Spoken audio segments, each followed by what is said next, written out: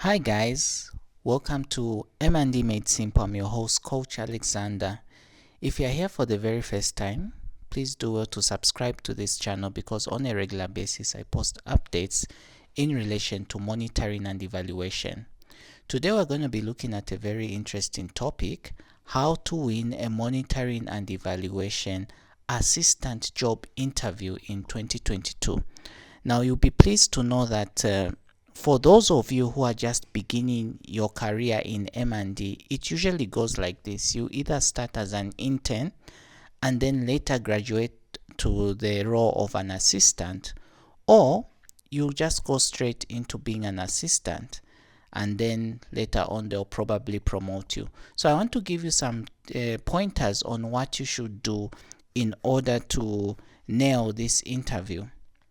But before I go any further, please remember that we are still enrolling people into the 6 months coaching program. So if you are interested to be part of this in 2022, please do well to write to me on coachalexander23@yahoo.com, and I'll be happy to help you join this program because it is quite a wonderful program. You get personal one-on-one coaching and you become the skilled M&D professional that you always wanted to be.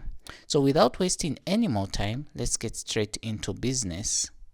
So of course there are some tips I want us to talk about on how you can win a job interview. And I know for those of you who probably have been called for this interview as we are talking, it's pretty an exciting time for you. So let me give you some tips.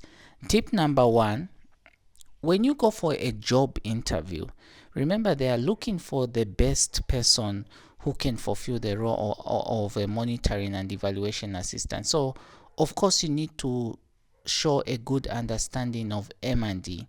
So they're not going to ask you, and I've not seen an interview, the ones I've attended at least, where they ask you what is monitoring and evaluation, because that is pretty straightforward and basic.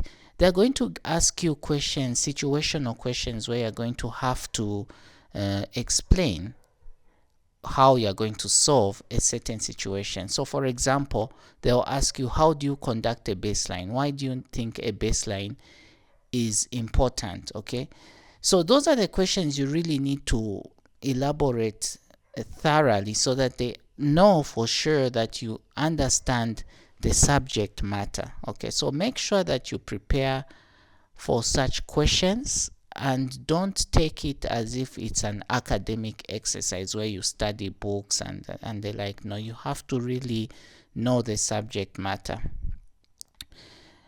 Tip number two is that you need to show to the panel that you have worked under similar positions in the past.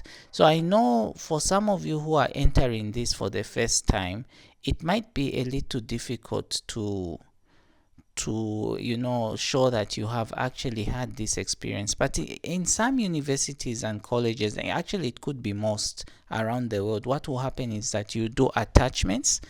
So if you did attachments during your academic years of life, that's a starting point to sell yourself that, okay, I did some work at a certain institution when I was still at school, and that's an area where you can sell yourself.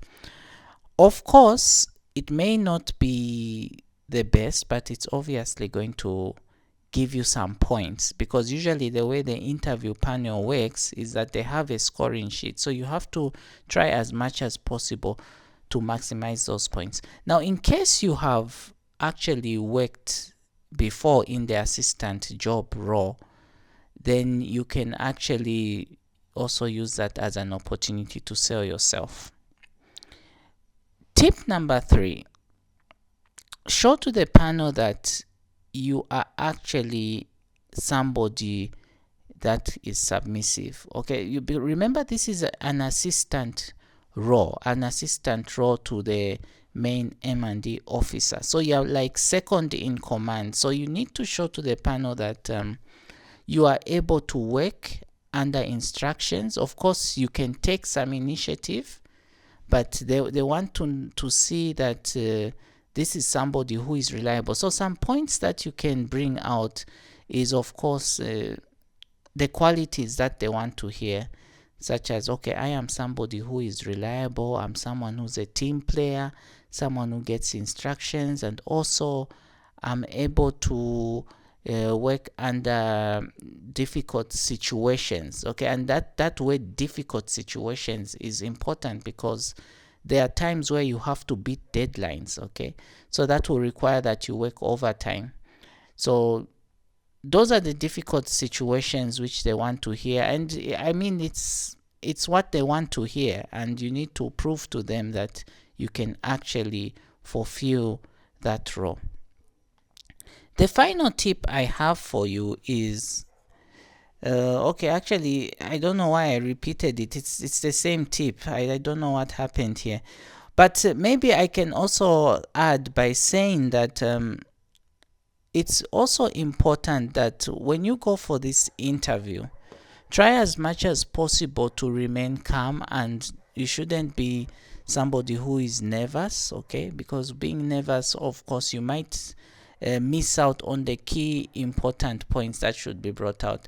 Actually, think of an interview as a final examination, because that's the only time you might be the best candidate, but if you are not able to express yourself the right way, you can lose a lot of points. You could lose the job of your dreams.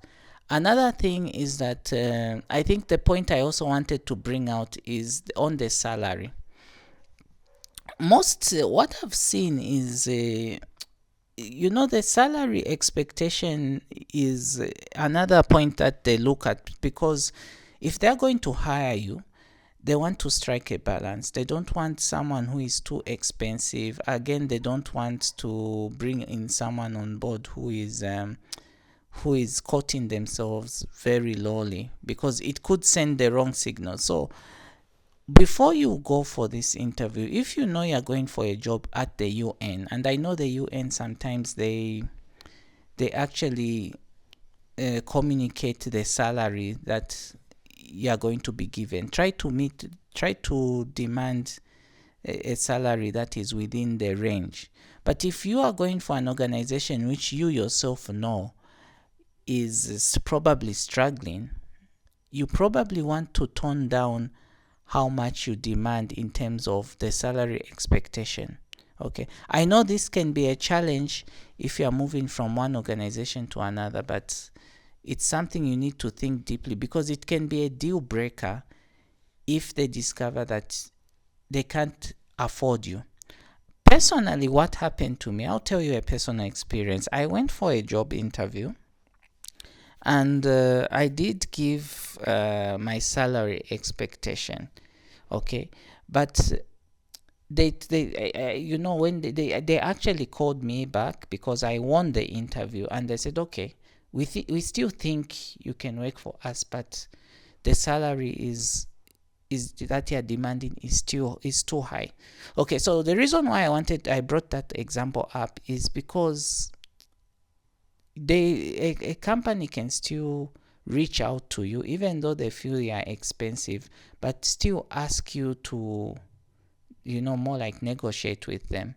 So if you are open to getting something lower, you can accept what they give you. But the point I'm just trying to say is when a company or an interview panel sees value in you, they'll still call you despite the fact that you've quoted yourself higher.